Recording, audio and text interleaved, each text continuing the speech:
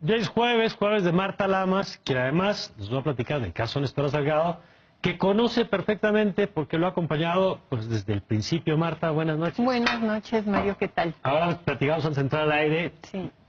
contabas lo del caso, yo te decía, bueno, ¿y de dónde conoces? Yo pensé que te acababas de vincular, que lo estás estudiando, y mi sorpresa es no, que tú has acompañado el proceso desde el principio. Sí, yo he estado cerca, es decir, cuando la detienen a ella y la mandan a la prisión de alta seguridad a Nayarit, los abogados de Guerrero, la gente del PROT, las organizaciones que conocían su trabajo, empiezan a comentar el caso y yo me meto para tratar de ver qué es lo que está pasando. Estamos hablando del año ¿qué? Del año 2013, 13-14 creo que fue.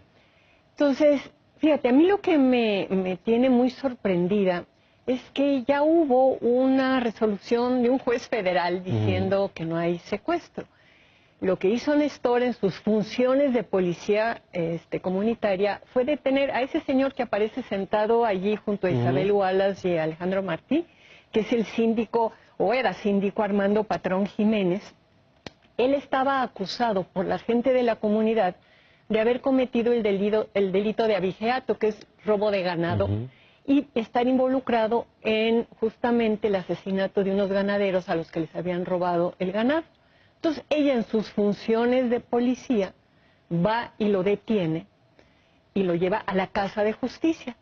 Los cómplices de él... Que todo esto se da en un marco de este legalidad. sistema.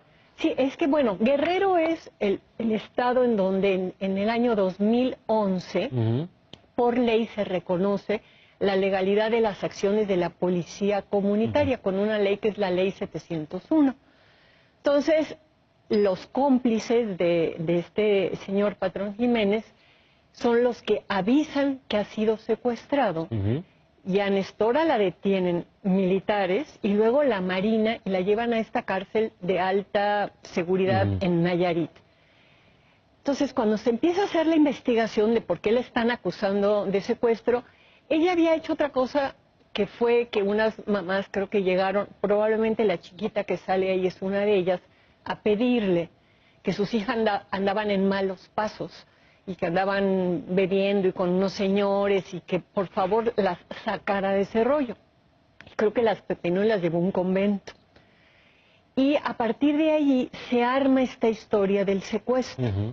Yo creo que, decir, el caso fue un caso que implicó no solamente al gobierno de México, o sea, ella es una mexicana que se va de Guerrero, se casa muy joven a los 16 años, tiene 3 hijas mujeres, se va a Estados Unidos de mojada, llega a Washington, trabaja 7 años limpiando casas y de recamarera, consigue la nacionalidad estadounidense y le empieza a ir bien, y empieza a mandar dinero a Olinalá, y hace una vez al año visita y lleva regalos y todo, y cuando la policía comunitaria se organiza en Olinalá, le piden a ella, pues que ha sido generosa y solidaria con su pueblo, que se quede, que ella sea la que encabece, sea la comandanta de esa policía.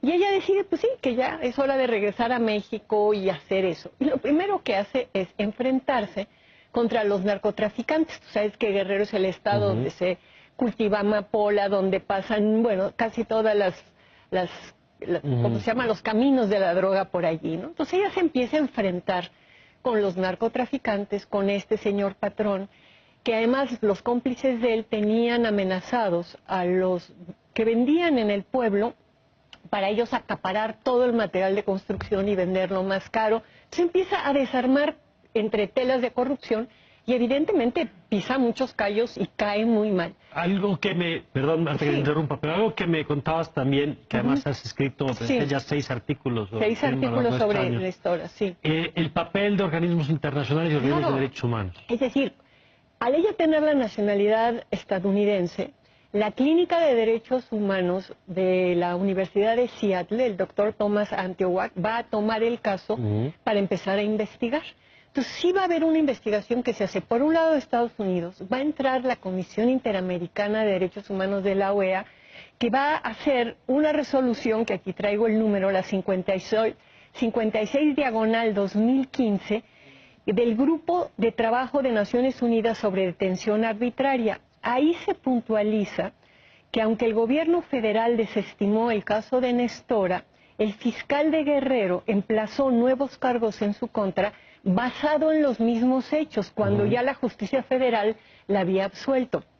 Y la ONU lo que va a decir, bueno, esta no es la ONU, es la OEA, la Comisión Interamericana de Derechos Humanos, que esto vulnera el derecho a no ser juzgado dos veces por los mismos hechos. En la conferencia de prensa que se da hoy, que yo puedo imaginar que la señora Wallace, al haber tenido un hijo secuestrado, y el señor Martí también, ¿no?, oyen la palabra secuestro y pues ni siquiera piensan, sino que agarran lo que viene, ¿no?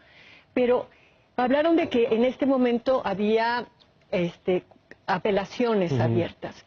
Son los casos que ya se habían dictaminado, fueron 7 autos de libertad que dio el juez federal, ¿no? Y que evidentemente durante esos 2 años, 8 meses, ninguno de los testigos fue a comparecer.